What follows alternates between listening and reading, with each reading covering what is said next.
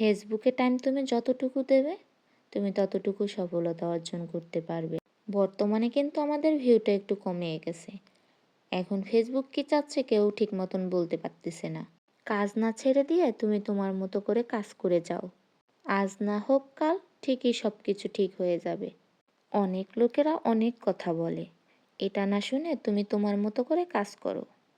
আমি কিন্তু ফেসবুক সম্পর্কে বেশি কিছু জানি না, তারপরও কাজ করে যাচ্ছি আমার মতো করে।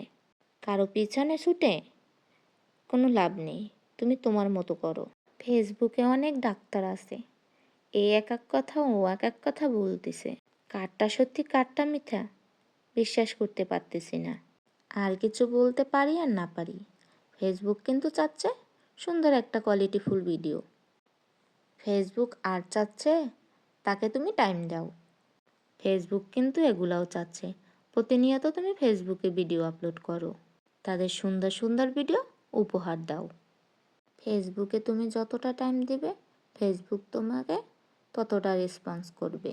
তোমার কাজের উপরই ডিপেন্ড করবে তোমার সফলতা। তোমার কাজ যত সুন্দর হবে, নিষ্ঠা হবে, তত তুমি সফলতা অর্জন করতে পারবে। অনেক কথাই না বলে ফেললাম, আপনাদের কাছে নিয়ে আসলাম ছোট একটি ভিডিও।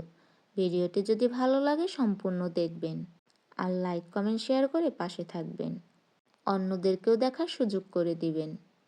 হ্যালো গাইস, আসসালামু আলাইকুম। সবাই কেমন আছেন? আশা করি আল্লাহর রহমতে ভালো আছেন এবং সুস্থ আছেন। জামাইকে একবার বলেছিলাম শীত আসছে, রস দিয়ে কিছু একটা খেতে মন চাচ্ছে। সে এপাড়া ওপাড়া খুঁজে বের করলো কোথায় খেজুরের রস পাওয়া যায়। সে এনে দিল, আমিও বানিয়ে ফেললাম। বাবার বাড়িতে এভাবে আমরা খেতাম।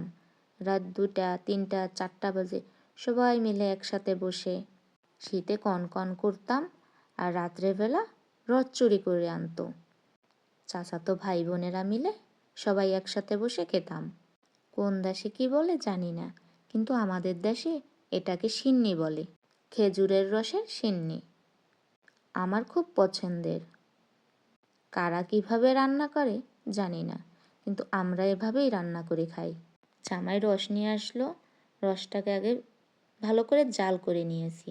তারপরে আমি একটু চিনি দিয়ে, হালকা পরিমাণে একটু চিনি দিয়ে একটু ক্যারামেল করে নিলাম যেন কালারটা সুন্দর আসে। তারপরে ভাত রান্না করে সেটাকে চটকিয়ে রসের ভিতর দিয়ে দিলাম। নারকেল না দিলে তো একদমই ভালো লাগে না। বাবারে, এ জায়গায় প্রচুর নারকেলের দাম। ছোটো একটা নারকেল অনেক টাকা নিয়ে। কে কে খাবে চলে আসো আমার বাড়িতে।